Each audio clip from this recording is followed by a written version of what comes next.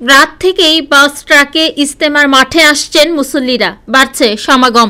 গাজীপুরের টঙ্গীর তুরাগ নদের তীরের ইজতেমা মাঠের প্রায় প্রতিটি প্রবেশ পথেই মুসল্লিদের জটলা। বাস, ট্রাক বা পিকআপ ভ্যান থেকে নামছেন তারা।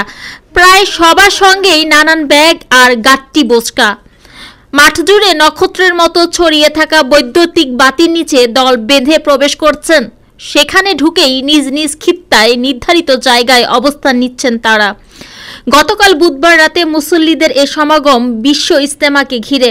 আগামীকাল শুক্রবার শুরু হবে তাবলিগে সুরায়ে নেজাম বা মাওলানা জোবায়ের অনুসারীদের ইজতেমা। এই উপলক্ষে গতকাল সকাল থেকেই মাঠে আসতে শুরু করেন মুসল্লিরা। তবে রাতেই তাদের আনাগোনা সবচেয়ে বেশি দেখা গেছে। এর মাধ্যমে ক্রমেই বাড়ছে মুসল্লিদের সমাগম। মাওলানা জোবায়েরের অনুসারী ও ইজতেমা আয়োজকরা জানান, এবার তারা ইজতেমা করবেন 2 ধাপে। এর মধ্যে 31 জানুয়ারি শুক্রবার থেকে 2 ফেব্রুয়ারি পর্যন্ত হবে প্রথম ধাপের ইজতেমা। এ ধাপে অংশ নেবেন 41 জেলা ও ঢাকার একাংশের মুসল্লিরা। এরপর আগামী 3 থেকে 5 ফেব্রুয়ারি অনুষ্ঠিত হবে দ্বিতীয় ধাপের ইজতেমা। এ ধাপে অংশ নেবেন 22 জেলা ও ঢাকার অন্য অংশের মুসল্লিরা। 2 ধাপের আখেরি মোনাজাত হবে যথাক্রমে আগামী 2 ও 5 ফেব্রুয়ারি। ইজতেমার গণমাধ্যম সমন্বয়ক হাবিবুল্লাহ রায়হান বলেন, আমাদের সাথী ভাইয়েরা গতকাল সকাল থেকেই ময়দানে আসতে শুরু করেছেন।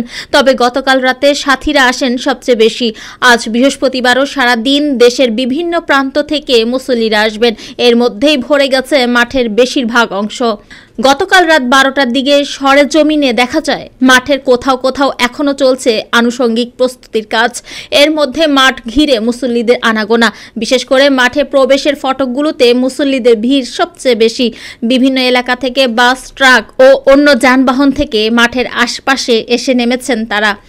মাঠে বিদেশি খিত্তা সংলগ্ন ফটকে কথা হয় সিলেটের মৌলভীবাজার থেকে আগত কয়েকজন মুসল্লির সঙ্গে। এর মধ্যে মোজাম্মেল হোসেন নামের একজন বলেন, তারা 42 জনের একটি দল একসঙ্গে এসেছেন। এর আগে গতকাল বেলা 1টার দিকে সিলেট থেকে রওনা দেন। পরে গতকাল রাত 12টায় টঙ্গীতে পৌঁছান।